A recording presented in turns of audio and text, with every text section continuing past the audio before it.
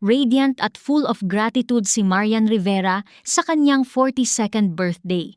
Ipinagdiwang ng Kapuso Primetime Queen ang panibagong chapter ng kaniyang buhay sa pamamagitan ng bagong set ng portraits na ibinahagi niya sa Instagram. Sa mga larawan, makikita si Marian na suot ang isang purple sleeveless blouse na may ruffled neckline na ipinares niya sa white wide-leg cropped trousers. Simple, elegant at litaw na litaw ang kaniyang signature glow. Sa caption, isinulat ni Marian ang Chapter 42, kasabay ng mensahe ng pasasalamat para sa maganda at makabuluhang buhay na mayroon siya. Ayon kay Marian, grateful siya hindi lamang sa buhay na ibinigay sa kaniya, kundi lalo na sa mga taong pumupuno nito ng pagmamahal. Dagdag pa niya, puno ang kaniyang puso. Agad namang bumuhos ang birthday greetings mula sa kapwa niya Kapuso stars at mga kaibigan sa industriya.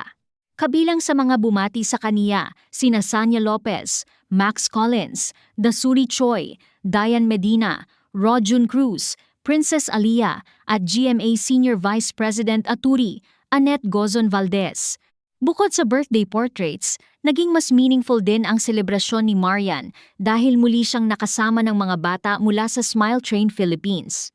Sa kaniyang Facebook post, ibinahagi ni Marian ang video recap ng celebration kung saan nagkaroon ng games, activities, gifts, at meals para sa mga batang sinusuportahan ng Cleft Care Organization. Ayon kay Marian, taon-taon, ang mga ngiti ng kaniyang Smile Train family ang nagpapaalala sa kaniya kung bakit isa ito sa pinakamakabuluhang paraan para ipagdiwang ang kaniyang kaarawan. Matagal nang malapit sa puso ni Marian ang advocacy na ito at sa kaniyang special day, mas pinili niyang magbahagi ng saya at suporta sa mga batang nangangailangan ng care at encouragement. Nagbigay rin ng touching birthday tribute ang kaibigan niyang si Ana Feleo. Tinawag ni Ana si Marian bilang kanyang safe place, kakampi, at constant rain or shine. Binalikan ni Ana kung paano nagsimula ang kanilang friendship sa seryeng Amaya, pero nilinaw niyang ang samahan nila ay hindi lamang showbiz friendship.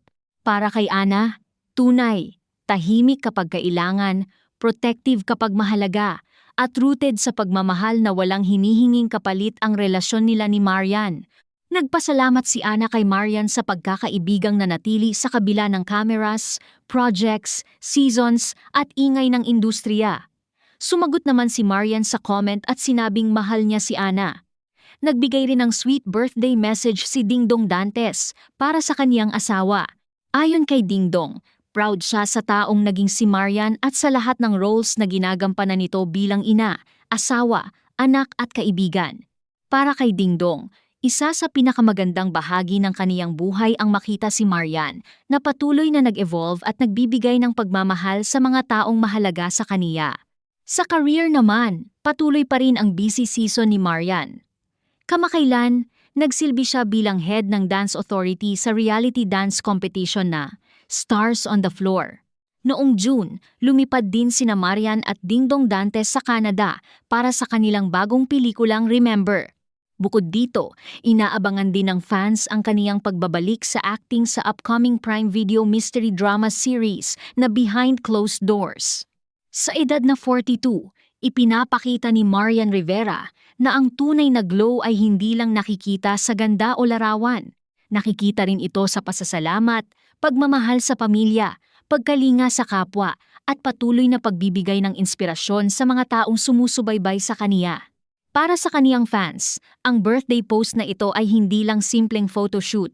Isa itong paalala na nasa isang meaningful chapter ngayon si Marian bilang aktres, asawa, ina, kaibigan, at public figure na patuloy na minamahal ng marami.